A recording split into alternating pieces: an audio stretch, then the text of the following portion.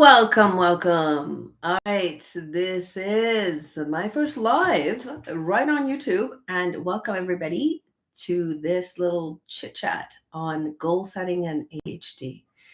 If you're new to this channel, welcome. I'm Cathy Rashidian. I'm based out of Canada, here in beautiful Calgary, Alberta.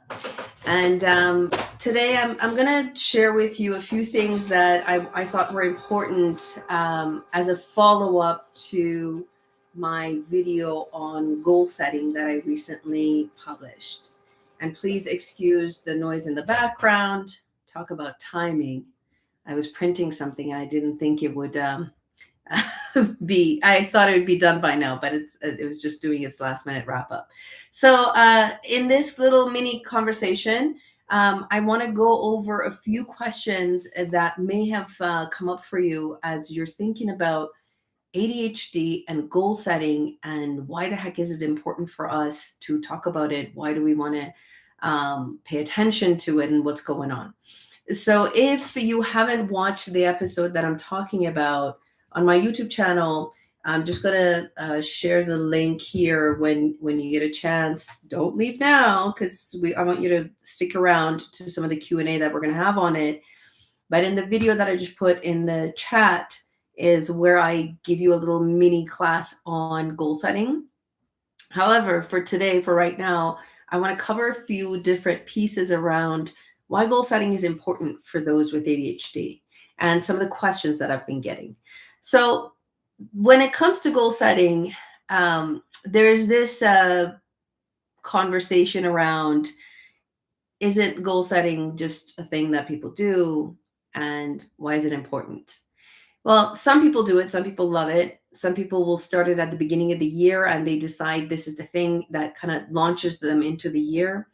What I've seen time and time again with goal setting with ADHD is either we avoid it like it's the most horrendous thing to do because of time blindness. And I'll talk about that in a second.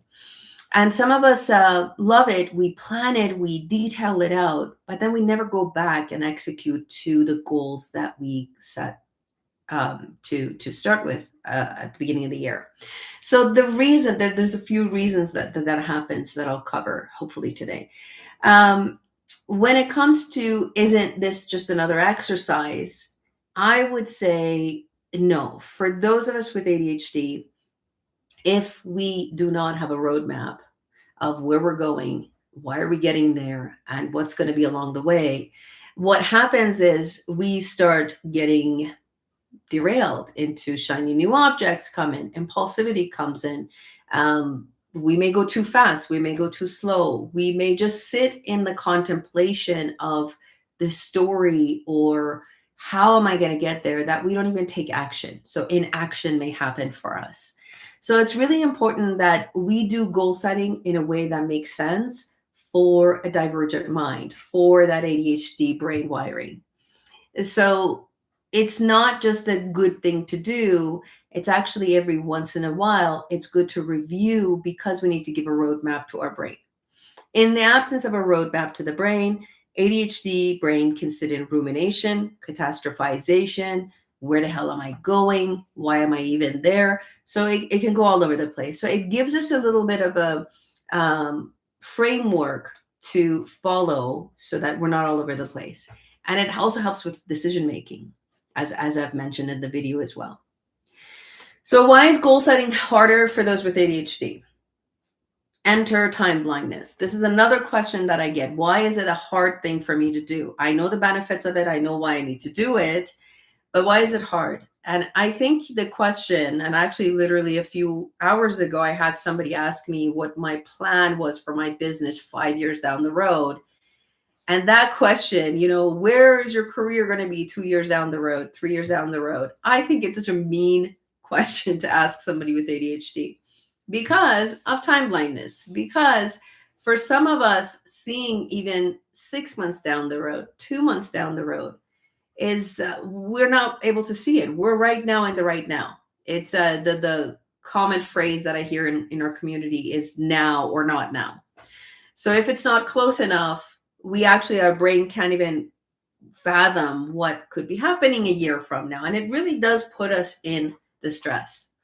So, what we try to do with this goal setting is to really not talk about timelines, but really aligning it with who we are.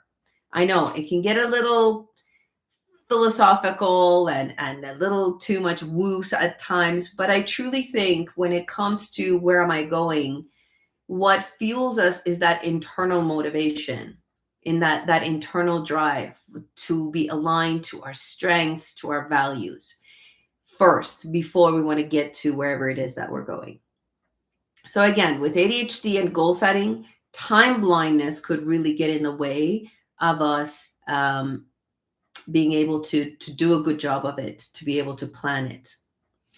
And then also another thing is if you're doing goal setting by yourself, another thing that can happen is you'll sit in overthinking it and over solutioning it. And this is where coaching, therapy, talking to somebody else, having a processing buddy that can really help you break it out into pieces and compartmentalizing it would be beneficial. All right, another question that I get on this topic of ADHD and goal setting is, what if I freeze when I try to think about the future? So kind of same lines as the time blindness. And that freeze does happen. And for me, when I talk about the freeze is the goal that you're trying to set, is it truly aligned to who you are and where you're going? Or is it there out of fear, out of, well, everybody else does it, I need to do it? So let's talk about, by now, if you're familiar to my channel, I talk about ADHD in the workplace. I am a leadership coach and a professional development coach, building skills for workplace and integrating ADHD into it. What happens with ADHD professionals, one of the things we notice, there's always this, well, they do it this way, I guess I'm supposed to do it that way. So there's this comparisonitis that I always see happening, right? And when we're comparing ourselves to others, their benchmark works for them, but it may not necessarily work for us. So it's truly important that we get to the core of the goal that you're setting. Is it there for you to light you up? Does it align with your brain? Does it align with your values? Does it align with your strengths, with your purpose? Or is it because you're doing it because somebody else told you? When that happens, and we also don't like to be told what to do, when we're aligning it to somebody else's agenda, we'll do it a little bit till that friction starts to come. When that friction happens, we won't keep up with it. So again, the exercise that I talk about in the video that was just published is to truly help you get under the hood of why is it that you're setting goals and what are you trying to do, so that you stick with it, so that you follow through. All right, another question that comes up is, how do I know when I'm pivoting? Is it because it's a shiny new object, or is it a real pivot? So here's the thing with goal setting also. We could be setting that goal for our brain and say, this is the direction we're going, which we need to do. But then along the way, as you're going through this roadmap, there may be pivots. And it's to be able to differentiate whether the pivots are shiny new objects, which our impulsivity kicks in. Those of us with ADHD, whenever something new and novel comes in, the risk taking, we want to jump at it. And what I like about this exercise of goal setting, the way I talk about it, is that it holds us from, wait a second, this is a shiny new object, or this is an actual pivot. So to be able to differentiate between the two. Again, this approach that I talk about helps you to really guide through the impulsive side of you, the hyperactive side that may not follow through. So it's really important that we differentiate by setting the goals initially really on point, again, aligned to your values, aligned to your purpose, aligned to your strength, so that when shiny new objects come in, you're not pivoting. For me, I talk about this example of, for the first 3 years of my business, I had a one pager. It was a yellow piece of paper. On it, it had my goal. It has my values, my strength, where I want to go. And every time a new project would come in, I would kind of balance it against what was on that paper. And if it didn't align, I would back out. I would say, sorry, this is not the thing for me right now. Thank you for considering me, but I'm moving forward.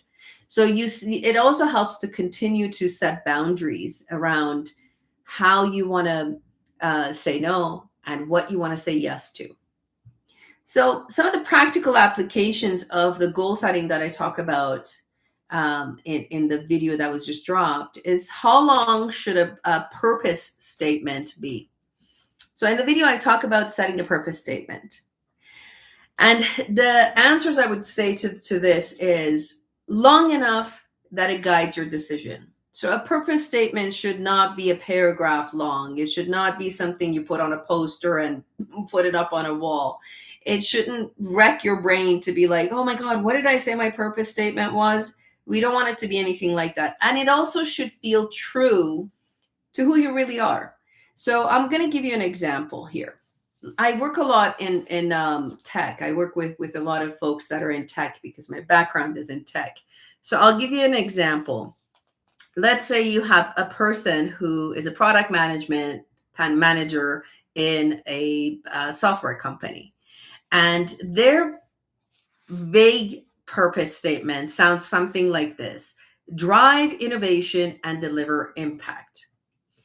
For those of us that come from a corporate background, drive innovation and deliver impact sounds good, but it also sounds a bit like fluffy, doesn't it? If you're watching in chat, does that really energize you to have a statement that says, drive innovation and deliver impact? Does that motivate you? It doesn't motivate me. It's very out there, it's very corporate jargony stuff. Now, here's another way, and I'm looking at my notes because I want to see where I put it. Here's a different version of it. This one is a little bit nicer. It has some more depth into it. It says, I build products that reduce friction for users and create clarity for teams, while leading with integrity and being thoughtful in decision making. It's a bit lengthy. But the point, I build products that reduce friction for users. I can get behind that as a product manager. I used to actually do that, and I would create products that it was really good with user experience. So that was one way. And it also creates clarity for teams so people know how to use it. And all of that, I'm doing all of that while being in integrity, being authentic to who I am, being able to deliver a product that truly is meaningful and can make a difference. So you see the difference in the purpose statement as you're setting goals. Always have a, what is it? What is that compass? What is that North Star that you're going after? You miss this step, you miss the whole goal setting thing. Because what happens is that every time as a product manager, if I'm pivoting, if I want to be like, oh, I'm not able to show up for work, if I'm not able to concentrate, you go back to your purpose statement. And in your purpose statement, if it said, drive innovation and deliver impact, that doesn't motivate me enough to get going. But if it says, I'm going to create a product where it reduces friction for users, where people want to come back and touch it, feel it every time, I get excited about that goal. I get excited about that purpose.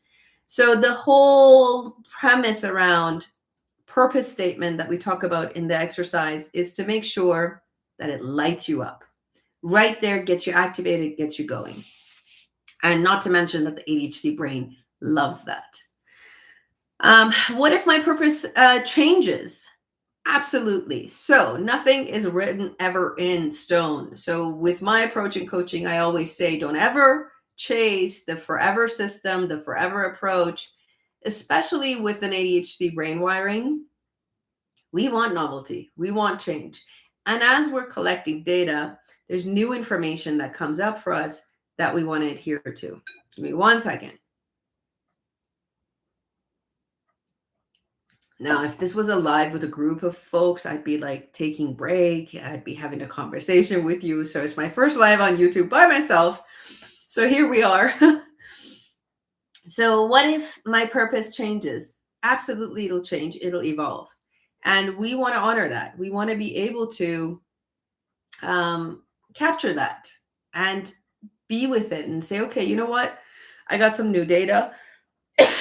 Sorry. I got some new data. I see that I need to pivot.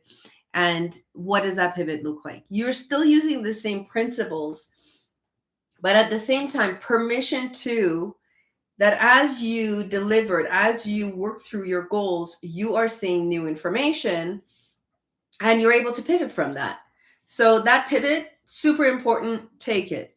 But also, I would say the pivot, I would want you to process that new direction that you're going to with somebody else. My whole premise when it comes to ADHD, one of the things that I always talk about is don't do ADHD alone. And I say this not because I'm a coach and I want to sell you a coaching plan. No, not at all. The reason I say don't do ADHD alone is because when we're alone, and I also have ADHD myself, we sit in rumination and catastrophization like that. We come up with an idea, we think it's a great idea, we have a goal, and in order to get there, we come up with the steps and how to get there. And as we're doing it, all of a sudden, my brain starts to say, Cathy, I don't know if you're going to be able to do this. It starts to catastrophize. It starts to ruminate. It starts to not want to make me do it. So, which is such a crappy thing about ADHD in this sense of it holds you back. But when you are processing out loud with somebody else who will ask you questions, who will give you the space to process what's going on, looking at it from different ways, then you're able to get to your truth. So we don't do ADHD alone. We do it in partnership with somebody else that can really support us creating a space. One of my clients used to call it having a processing buddy, where you think of the ideas and then you process it out loud with somebody else. So what if my purpose changes? Absolutely, it changes. Another question that I get often, and hold one sec while I take another sip. I see there's some viewers that have joined. I wonder if there's any questions, comments. Please do put them on the chat as well. What if I feel shame about not living up to my potential? Oof, that question alone comes up all the time. And I think within our community, this question is a common one about living to our potential. And what I would say to that, it's not about chasing your potential. It's about truly who am I at my core first, and then what's possible. When we go after the statement of I want to live to my potential, to me it creates anxiousness. It creates set of expectations. It almost goes into a bit of I got to fix this or else. And when we do that to ourselves, we get dysregulated. We get into this fight or flight. We get into this I got to prove it to them. When you come in with that kind of a mindset and mentality, ADHD actually goes berserk. It goes all over the place. It goes, oh my God, we need to fix this. We need to do this. We need to do this. So you find yourself with the question of, I want to live to my potential. It actually becomes a detriment if we're chasing that. So what I like to say is to put yourself in a regulated state where you're calm, where you're accessing your wisdom instead of fight or flight, is to truly, again, go back to, am I in alignment with my strengths, with my values? These two things, I will harp on them till forever. Because I find that when we misalign ourselves, we're dysregulated, we're not able to get anything done. And the phrase of manage your state before you manage your to-do list is my motto. Because every time that I'm able to I'm able to regulate myself, I'm able to sit in my wisdom, the answers come. When I'm dysregulated, when I'm all over the place, this is where I can't access anything. And it's pure brain science. When we're dysregulated, brain goes, holy shit, fight or flight, I gotta run. It is not allowing you to tap into the executive functioning part of your brain, the thinking part of your brain, to start making decisions.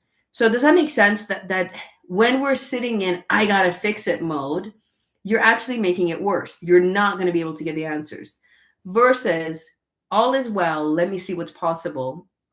You're allowing your brain to say, oh, okay, we're not in danger. We're good. We're good. Let's just keep going.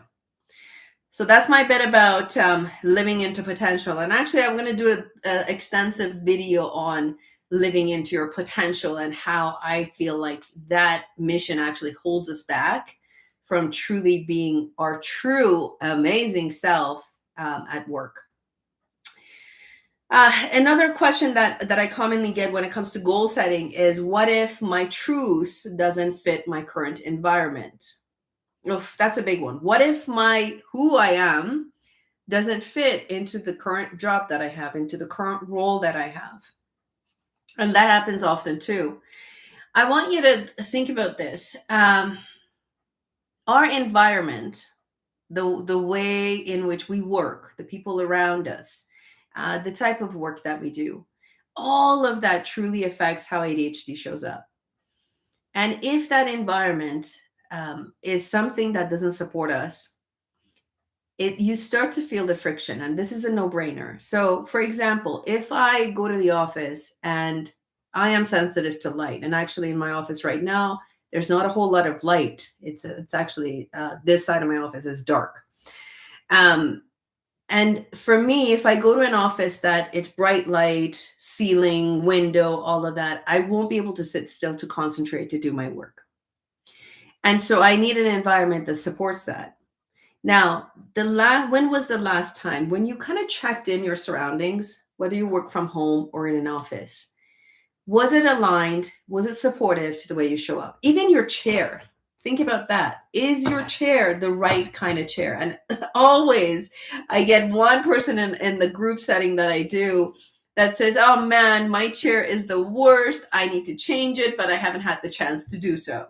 So if anything, start with your chair, because you're sitting on there for a long time.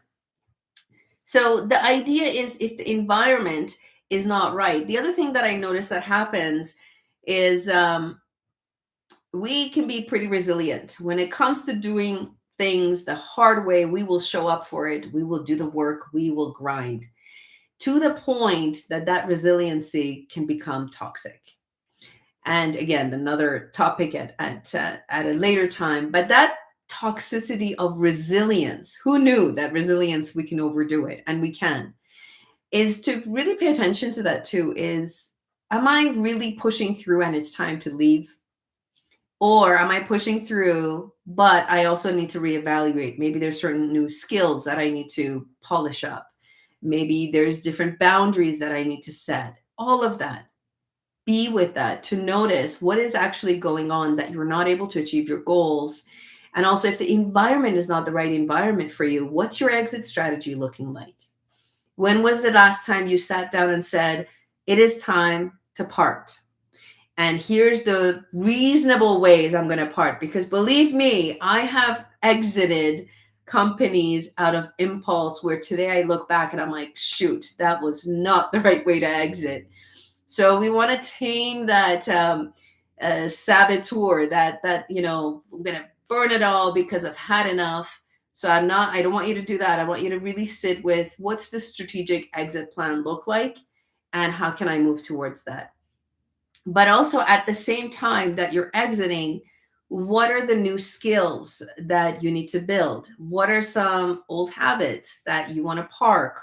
What are new habits that you want to incorporate? So you really want to make sure that the suitcase you're taking into the new job or to the new goal, it's a little bit refined. It has new shape to it. It has new perspective to it. So you don't take the old you into the new role. Because even if you change environment, if the same you, with all the little T trauma that you may have received in a workplace that was super toxic, if you haven't healed that part, you're taking all of that with you to the next one. So I want you to really be cautious of that part of, if the environment needs to change, first, within your control, what part of it do you want to change inside here before you change the environment? So that's another question that typically comes up when it comes to goal setting. Two more, and that's it. I'm going to wrap it up. How does this framework reduce decision fatigue? So And the framework, for those of you that just joined in, that I'm talking about is in the video that I recently did around goal setting. I talk about building your purpose, your mission, and in that framework, I think what it does is three things. It creates a filter in the way you set goals. Uh, it also creates a bit of decision framework for you to, these are the decisions, these are the things I'm going to do, this is what I'm not going to do. So it really gives you a way of sitting and having a heart to heart with yourself of truly what matters, as opposed to here's another freaking to-do list and these are the things I want to get done. Every time clients come to me and say, I need to create a productivity system, I just, it's not about the productivity system. It's about where are you going with your career? What is in front of you? What path are you following? And how clear are you with that, as opposed to the productivity system? I think the productivity system is an afterthought, and also it may change from month to month. You could have different ways of approaching productivity. But what should anchor you is your purpose, your mission, your vision. That part is what ignites us with ADHD. Truly, truly, and I mean this from the bottom of my heart. I've seen it time and time again with my clients, with the group coaching that we do. When we get down to the core of what lights you up, staying with that, being clear with that, the rest of it follows. The productivity hacks that I see online all the time, they just hit the surface. It's almost like they're hitting the band-aid, but avoiding the root cause. And for me, that root cause is alignment with self first, doing it on your terms before you put a to-do list on top of it. All right, my friends, I think that's what I have for you for today. That was 27 minutes of rapid fire. It's my first live directly on YouTube. If you stuck around with me, I thank you so much. If you have feedback for me, do let me know. The recent videos that I just posted, one on one on goal setting, and the other one actually on resilience, toxic resiliency. I talk about that in that video. Head over there. They're audio files only. It takes a lot of energy to do these videos. So I wanted to show up to say, hey, I exist. I am not AI, because I saw a couple of comments about, hey, is this an AI channel? No, it's not. It's very much real. If you are interested in seeing what coaching with us looks like, we actually have a bunch of, we have an awesome group of coaches that work with us in our team.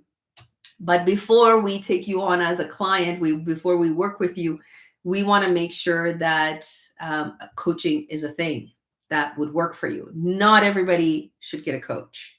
Not everybody should get a therapist. There's always a time and a place for these solutions, for this support system. So I really, truly believe that when you're ready for coaching, you'll know. And actually with this link that I just put in the chat, it kind of gives you a bit of way of, here are all the things that you could be considering, and here's the options to coaching.